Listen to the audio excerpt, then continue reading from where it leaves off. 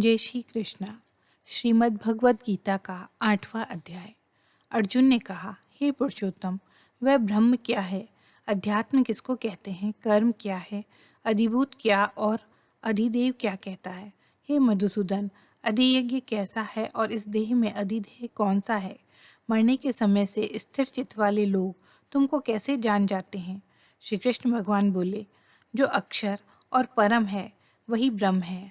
प्रत्येक वस्तु का स्वभाव अध्यात्म कहलाता है और समस्त चराचर की उत्पत्ति करने वाला जो विसर्ग है वही कर्म है। जो देह आदि नाशवान वस्तु है वही अधिभूत कहती है।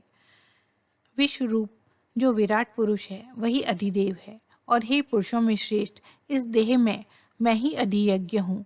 जो अनंत काल में मेरा ध्यान करता हुआ शरीर त्याग करता है वह निसंदेह मेरे शरीर को पाता है।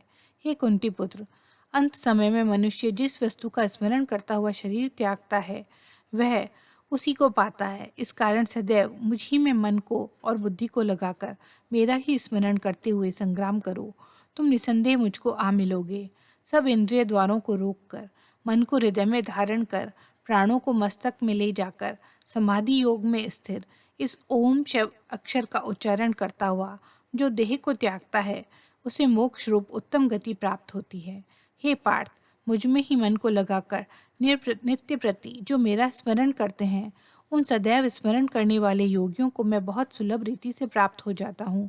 मुझको प्राप्त होने पर सिद्धि को प्राप्त करने वाले महात्मा गण फिर यह जन्म नहीं धारण करते। हे अर्जुन, ब्रह्मलोक पर्यंत जितने लोग हैं वहाँ से लौटना पड़ता है, परंतु मुझसे मिलने से फिर जन्म नहीं होता। हजारों महायुगों का एक दिन होता है और 1000 महायुगों की एक रात्रि ब्रह्मा की होती है।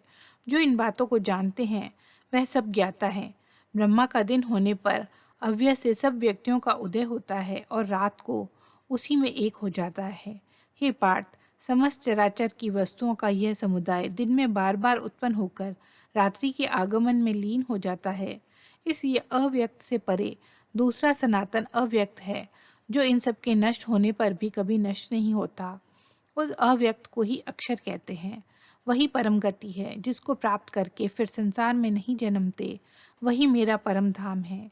हे पार्थ, जिसके अंतर्गत सब प्राणी हैं और जिसने समस्त जगत का विस्तार कर रखा है वह श्रेष्ठ पुरुष अनन्य भक्ति से ही मिलता है। हे भारत, जिस काल में योगी जन देह छोड़कर फिर नहीं लौटते और जिस काल में लौट आते हैं अब वह समय बतलाता हूँ।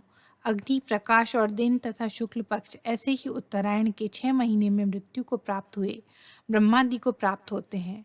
ध्रुम रात, कृष्ण पक्ष, दक्षिणायन के 6 महीने, इनके मध्य गमन करने वाले चंद्रमा की ज्योति को पहुँचते हैं और लौटकर आते हैं।